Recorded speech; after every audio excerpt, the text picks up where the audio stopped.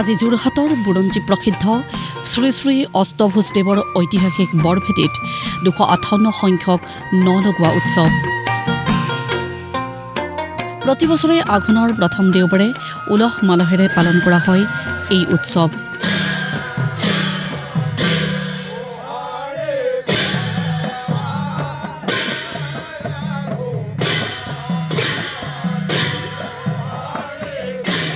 এইবাৰো নহল ব্যতিক্ৰম।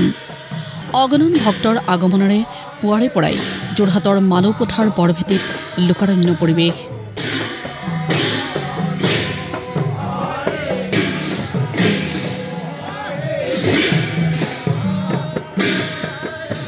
ভকত বৈষ্ণৱৰ গায়ন বায়নৰে মুখৰিত হৈ পৰিল বৰভেটি।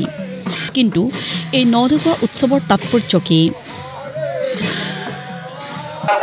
আঘোণ মাহৰ প্ৰথম দেওবাৰে ইয়াত উদযাপন কৰা হয়।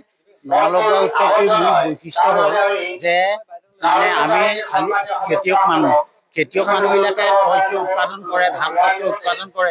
ধানখিনি মানে প্ৰথমতে চাউল উলিয়াই প্ৰথমতে আমাৰ ইয়াতে অসমৰ শদিয়াৰ পৰা ধুবুৰীলৈকে প্ৰত্যেকখন মায়ামাৰ সম্প্ৰদায়ভুক্ত গাঁৱৰ মানুহ আহি ইয়াতে সমাজ পাতি মানে গায়ন বায়নৰ সৈতে কৃষ্টি সংস্কৃতি ৰক্ষা কৰি ইয়াতে মানে চাউলটো পিঠালৈ ৰূপান্তৰ কৰি সেই পিঠাকে আমি ন লগোৱা মানে হিচাপে ৰাইজে ব্যৱহাৰ কৰে।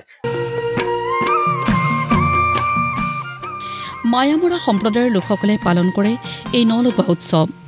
তেওঁলোকৰ খেল অনুসৰি বৰভেটি প্ৰাংগণৰ এক স্থানত সমবেত হৈ সমাজৰ মুৰব্বীগৰাকীক লৈ একোখনকৈ সমাজ পাতে। তাৰ পিছত আঘোণৰ ন চাউলৰ পিঠাগুৰি আৰু মিঠৈৰ সৈতে বুট, মগু, কল, কুঁহিয়াৰ সহ একোখনকৈ শৰাই আগবঢ়াই নিজৰ নিজৰ ন লগোৱা কাম সম্পন্ন কৰে।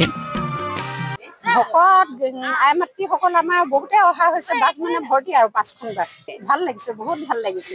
3খনকৈ আহিছে, 3খনত প্ৰায় 129জন ব্যক্তি আহিছে। তাৰে মহিলা আৰু পুৰুষ দুজনে আহিছে। জনবিশ্বাস মতে তীৰ্থভূমিত ভক্তই ভক্তিভাৱেৰে লোন দান কৰিলে মনোবাঞ্ছা পূৰ্ণ হয়। সেয়া সাৰি অসমৰ বিভিন্ন প্ৰান্তৰ পৰা বৰভেটিলৈ আগমন হৈছে ভকত বৈষ্ণৱৰ।